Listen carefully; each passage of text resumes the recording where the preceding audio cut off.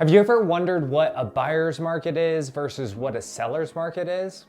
Might be some industry lingo, but let me tell you how we calculate that information and why that might affect your decision-making process.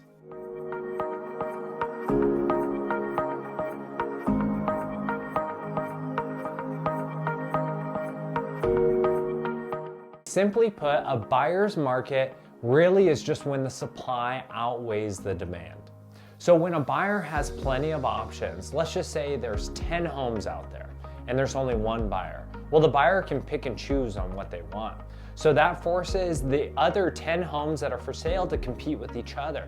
And a lot of times a buyer can get a better deal in a buyer's market because the demand is so low that they're not competing with other potential buyers out there.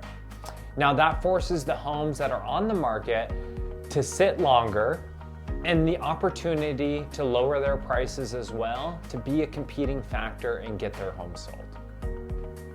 Now in a seller's market, the demand exceeds the supply. So in a seller's market, we have a low number of inventory that's available on the market, but a high demand with people that are wanting to purchase homes. And typically what happens is when there's a high demand but a low inventory, that gives leverage to the seller now, as opposed to a buyer's market. So when the leverage is in the hands of the seller typically can really reach for the stars in regards to purchase price. When you got multiple people that are bidding on a particular home, you get into a bidding war, and that bidding war increases the purchase price. There are other options that you could do to make yourself look great when you're competing with other people, such as waiving inspection, offering higher purchase price, waiving any other contingencies, and that puts a favorable look when you're competing with other interested parties. So we go from a buyer's market, which is high supply, low demand, to a seller's market, which is high demand, low supply, and they fight each other. Now, which one are we in? Okay, to determine whether or not it's in a buyer's or a seller's market, we use an equation. And what that equation is we take the number of active listings that are currently on the market, we divide that by the amount of homes that have sold within the last 30 days. So in our equation, we have 320 homes that are active on the market. Right now, we have 126 homes that have sold within the last 30 days. That gives us a number of 2.56, which means that we have 2.5 months of inventory currently on the market. Now, anywhere from 1 to 5 is typically a seller's market.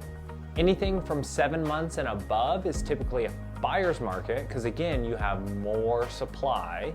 Anything between 5 months and 7 months is typically a neutral market. Now there are some caveats. Just like we're in the position right now, we have a very low supply of inventory, historically speaking. However, we had an inflated interest rate hike. So when the interest rates go up, that artificially brought the demand down due to the inflationary concerns that we have.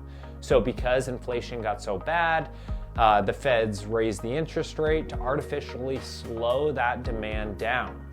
So because we're technically in a seller's market, the interest rates are high, which artificially made the demand low. So there's always caveats to this buyer's or seller's market. What's really important is whether or not the decision is right for you. I hope that provided some clarification on what a buyer's market is versus what a seller's market is. I would really appreciate if you found it valuable. Please hit the subscribe button and like button. And stay tuned next week for some valuable information. Thank you so much.